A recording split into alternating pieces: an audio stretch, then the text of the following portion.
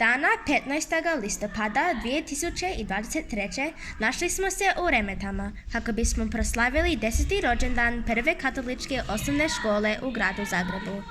Svi smo se veselili još jednoj uspješnoj godini, kao i novim prvašićima. Vrijeme možda i nije bilo najbolje, ali to nas nikako nije zaustavilo u zabavi i slavlju. Proslava 10. rođendana naše škole bila je bez sumnje predivna. Na kraju mise naš je ravnatelj otac Vinko Mamić podijelio nagrade za razne učeničke uspjehe, nakon čega smo se pogostili raznim delicijama. Dan, dragi naši gledatelji, nalazimo se u zagrebačkim Remetama i slavimo Dan škole. S nama je danas otac Vinko Mamić, ravnatelj naše škole. Dobar dan. Dobar dan. Kako se osjećate na 10. rođendanu naše škole? Krasno, sve je bilo jako dostojanstveno. Slavili smo učitelji, učenici, roditelji i naši prijatelji, generacije koje su prethodile, posljednje 3 generacije. Bilo je jedno prekrasno zajedništvo, zajedničko tijelo, slavili Boga, zahvaljivali mu i jedni drugima davali priznanja. Istina. A koji ćete se događaja ili trenutaka rado sjećati?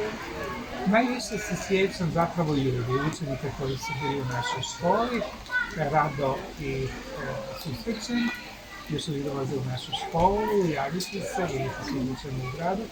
I to su sjećanja koje se bude onda kada ih vidim, tog se najradije sjećam. Naravno, od početka škole, svega onoga što smo postigli, kao uspjehe i ljudi koji su prošli, ne samo učenici, nego i djelatnici, nego i roditelji. To je istina, da, svaki čas predivno. A zašto je naša škola, recimo, bolja od drugih osnovnih škola? Po čemu je posebna i zašto bi je trebali učenici upisati? Je li bolje to nije baš na meni da sudim, imam dobre rezultate, to su objektivne činjenice. A posebno je prije svega zato što je katoličko, zato što uz obrazovni proces radimo na tom odgojnom i katoličkom duhu.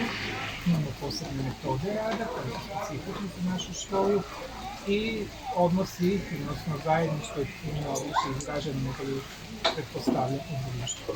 Da, to se potpuno slažem. Ovako, zamislite sada, znači godina 2033. Gdje vidite našu školu za 10 godina? Pa najprije vidim na jednoj drugoj lokaciji. Ja vidim je u jednom drugom ambijentu, kao veliku školu koja ima sve ono što je potrebno u infrastrukture za jedan dobar obrazovni proces. Vidim je kao osnovnu školu koja je približena srednja škola, a prethodno je vrtić. Kako se misliš o tome? Da, jako mi se sviđa, za to ćemo sigurno moliti. I za kraj, koja bi bila vaša poruka našim gledateljima koji će gledati ovaj intervju? Poruka bi bila da dođu i vide.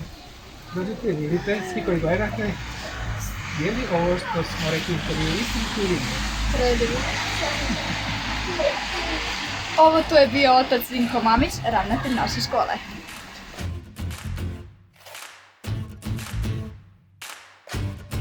Ste poželjeli želju našoj školi? Pa željela bih da bude uspješna kako je i do sada, da se upiše što više učenika i da svi budu zadovoljni. Jako lijepo. Na primjer, je vam naša škola lijepa ili što biste htjeli promijeniti? Pa po meni mislim da je jako dobra, ja sam zadovoljna i koliko vidim kod drugih mislim da je sve dobro. Super. I zadnje pitanje, što vam se najviše sviđa u našoj školi? Pa sviđa mi se što smo svi nekako povezani sa prijateljstvom i drugim dobrim stvarima. Hvala vam.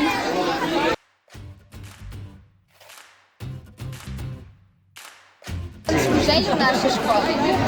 Prije svega pa želio bi veći prostor za našu školu, što mislim da je glavno znači kabineta i boljeg razumijevanja gradiva, da profesor mogu lakše objašnjavati, također volio da se škola bolje oprema.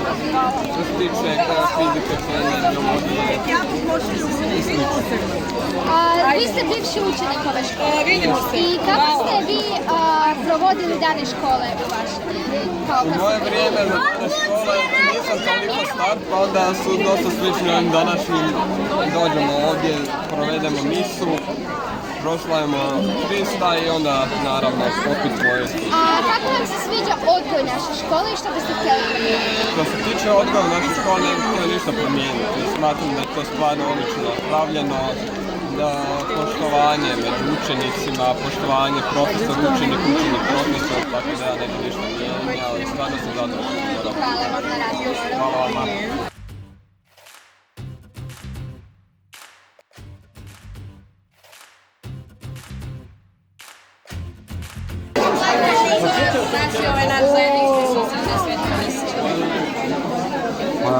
Sama misa Euharistija je slavljenje i zahvaljivanje.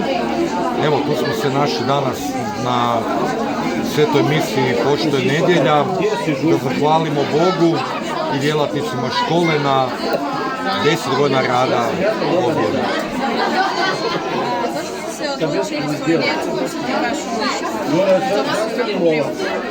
Pa ovo je prva škola koja je otvorena u gradu Zagrebu. Mi smo od rođenja najstarijih djeteta već razmišljali o upisivanju u katoličku školu. To je jedan poseban odgoj djeteta koji vodi za sobom prvo druženje, zajedništvo, molitvu i naravno obrazovanje koje dolazi samo po sebi. U radu naše škole sviđa mi se sve. Ne sviđa mi se imamo premalo prostore, premalo razreda. Da sviđa mi se sve.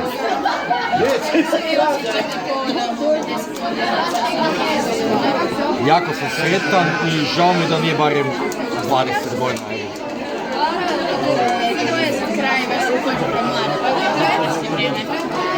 Budite ustrajni, budite autohtoni, budite svoji i budite Hristovi. Molim. Naša škola i dalje će hrabro koračati u nove pobjede, a vi nas, dragi gledatelji, svakako nastavite pratiti na našemu YouTube kanalu.